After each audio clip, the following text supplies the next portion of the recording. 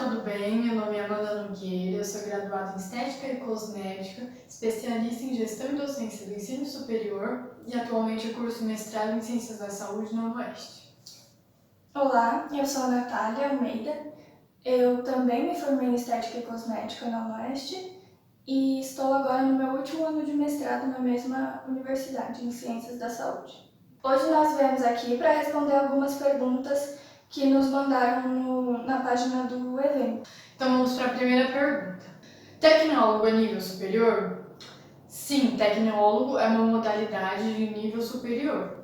Nós temos o bacharel, que é considerado de 3 anos e meio para cima. O tecnólogo, que são de 2 anos a 3,5. E nós temos as licenciaturas, que são os cursos destinados a áreas da educação básica. Então, sim, tecnólogo é nível superior, é uma graduação. Então, já aproveitando essa pergunta, o tecnólogo e o bacharel, ele é responsável, dentro de um centro estético, por outros profissionais. Já o técnico em estética, ele não pode ser responsável por outro profissional, apenas por ele mesmo. Então essa é uma grande diferença entre fazer uma graduação em estética e o técnico em estética, se você pensa em ter uma clínica grande com vários funcionários. Perguntaram também pra gente se esteticistas podem fazer pós-graduação. Podem, a gente faz a stricto sensu, que é mestrado, sou acadêmico, é para dar aulas, e também vocês podem fazer as especializações lato sensu, que são as profissionalizantes, em pós-operatório. Algumas sugestões de especializações para vocês fazerem. Nós temos pré-pós-operatório, cosmetologia, ciências da pele, anatomia humana, fisiologia, tricologia e terapia capilar, fitoterapia, de spa-terapia, de medicina tradicional chinesa, de acupuntura e de multidisciplinar em cuidados paliativos. O porquê de publicar artigos científicos na nossa área. É importante que a gente sempre baseie os nossos atendimentos em evidência. E como a área da estética é uma área relativamente nova, ainda não conseguimos encontrar artigos muito bons ou fidedignos nos resultados sobre equipamentos, sobre procedimentos, sobre cosméticos, porque a maioria dos artigos que a gente encontra não possui um grupo controle, para você saber se aquela técnica realmente deu certo, Você aplica em tantas pessoas a técnica e em outras da mesma quantidade você não aplica e faz as mesmas avaliações.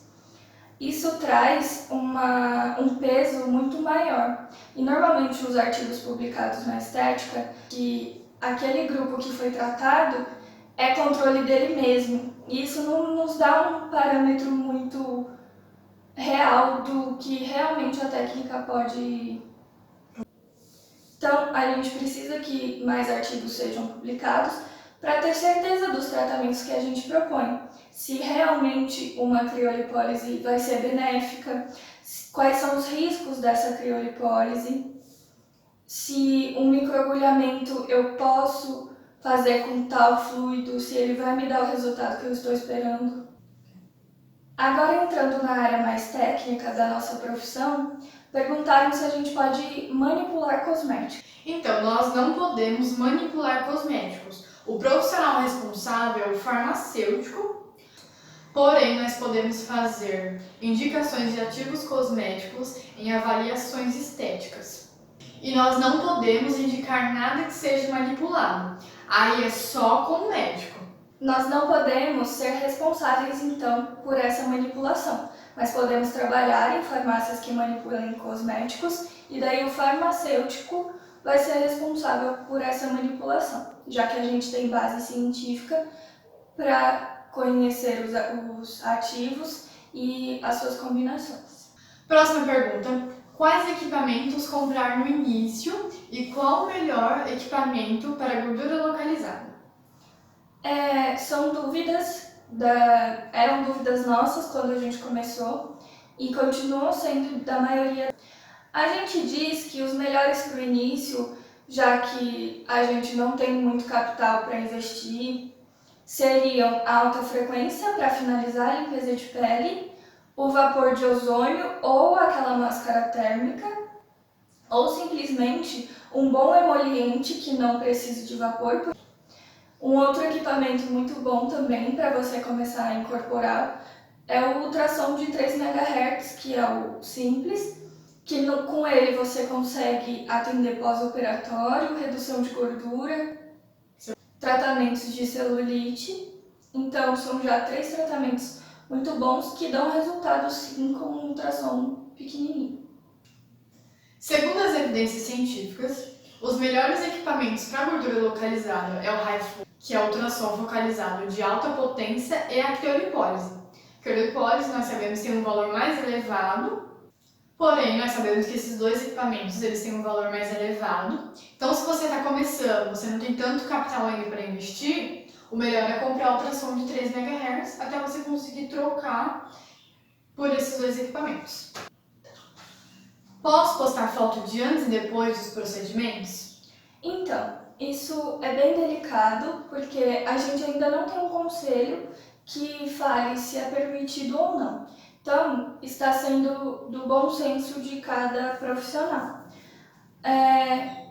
Eu acredito que para você se proteger, se você quer postar o antes e depois, você tem que ter um termo de consentimento assinado pela sua cliente, porque senão pode dar muito problema lá para frente. E outro problema que eu vejo nas fotos de antes e depois é que não que foi por intenção que o profissional mudou o ângulo ou mudou o foco. Às vezes colocou a câmera num lugar e depois na reavaliação não lembrava onde estava essa câmera e a foto acaba saindo distorcida, uma mais para frente, a outra mais para trás. E isso no atendimento corporal influencia muito. Então, ela estar mais para frente aparenta ser maior, ela estar mais para trás aparenta que diminuiu bastante.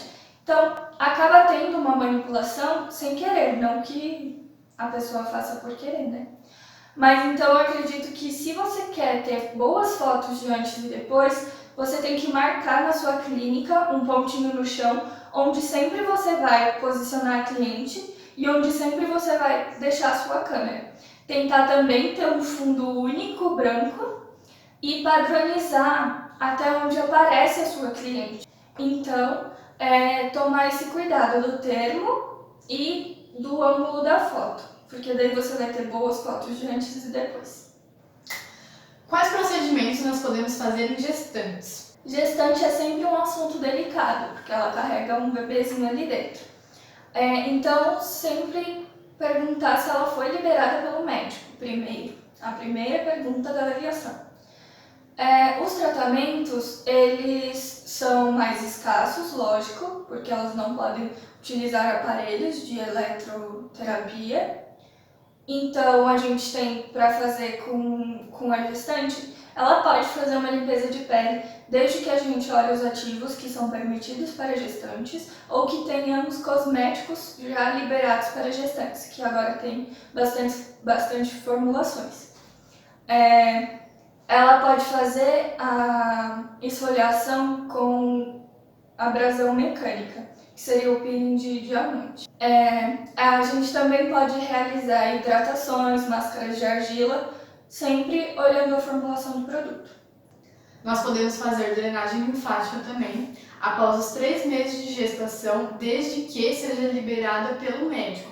Pessoal, peçam sempre para trazer a receita, tanto de gestante quanto pós-operatório também.